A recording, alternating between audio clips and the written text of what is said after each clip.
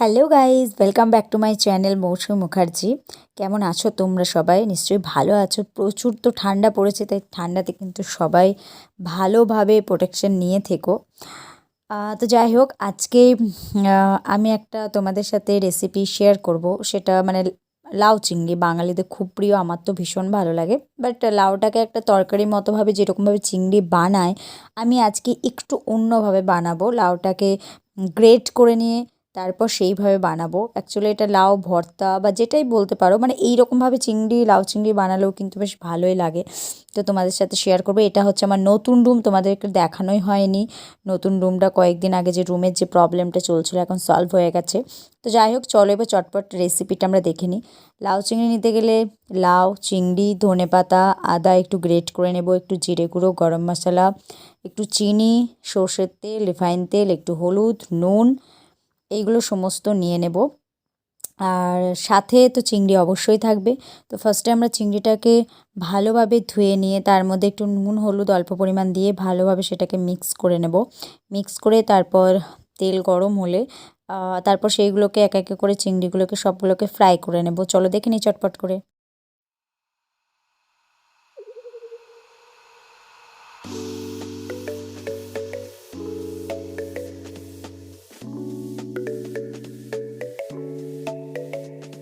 এখন এর মধ্যে চিংড়িগুলোকে ফ্রাই করে নেব।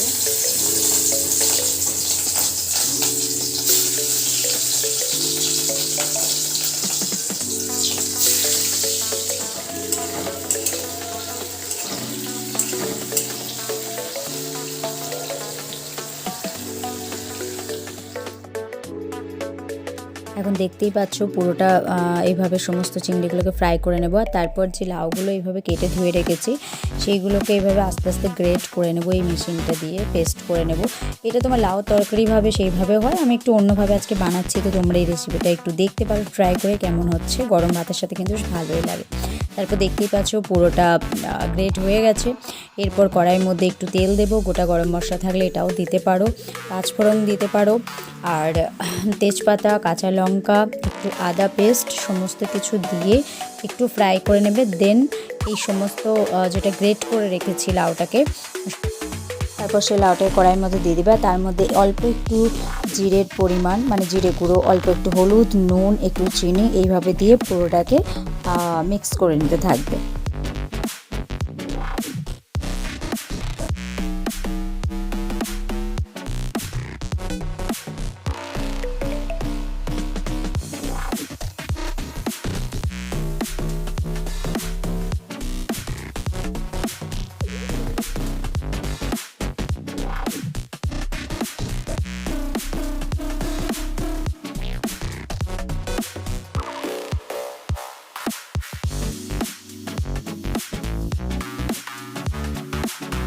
এখন ভালোভাবে দেখতেই পাচ্ছ মিক্স হয়ে গেলে এবার পুরোটাই আমি ঢেকে ঢেকে বানাবো, কারণ যতক্ষণ না জলটা পুরোটা টেনে নিচ্ছে ততক্ষণ কিন্তু আমাদেরকে ঢাকা দিয়ে এভাবেই বানিয়ে যেতে হবে আর নেড়ে যেতে হবে।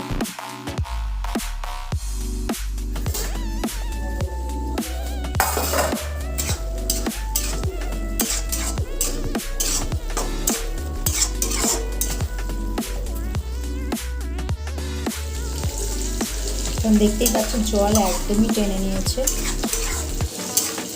এখন এইভাবে এইভাবে নাড়াচাড়া করতে হবে।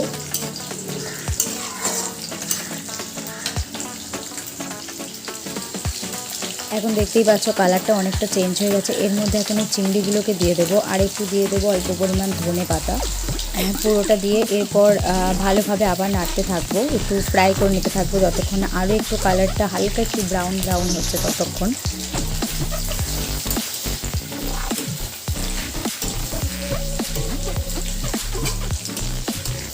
এইভাবে নাড়তে থাকবো যতক্ষণ না কালারটা চেঞ্জ হচ্ছে, একটু ঢেকে দিতে, কারণ যতক্ষণ না ব্রাউন কালার হচ্ছে ততক্ষণ এইভাবে ঢেকে ঢেকেই বানাবো, তাহলে বেশি স্বাদ হয়। দেখতেই পাচ্ছ এখন কালারটা পুরোটাই পুরো একদম সুন্দর হয়ে গেছে।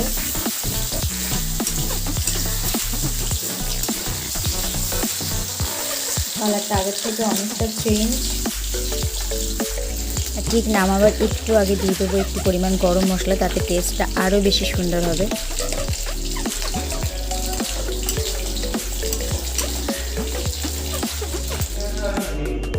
এখন দেখতেই পাচ্ছ আমার লাউ চিংড়ি রেডি।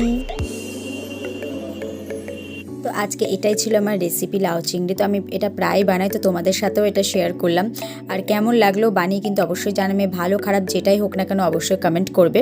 আর হ্যাঁ, আমার আরেকটা চ্যানেলের জন্য আরও নতুন কিছু নতুন বছরে আসতে চলেছে শর্ট স্টোরি, সেই সমস্ত বিষয়ে আমি খুব তাড়াতাড়ি তোমাদেরকে ইনফর্ম করব। তোমরা পাশে থাকলেই কিন্তু আমি অনেক কিছু করতে পারবো। তো যাই হোক, ততক্ষণ আমার চ্যানেলটাকে তোমরা সাবস্ক্রাইব করে দাও। খুব ভালো থেকো, সুস্থ থেকো, বাই।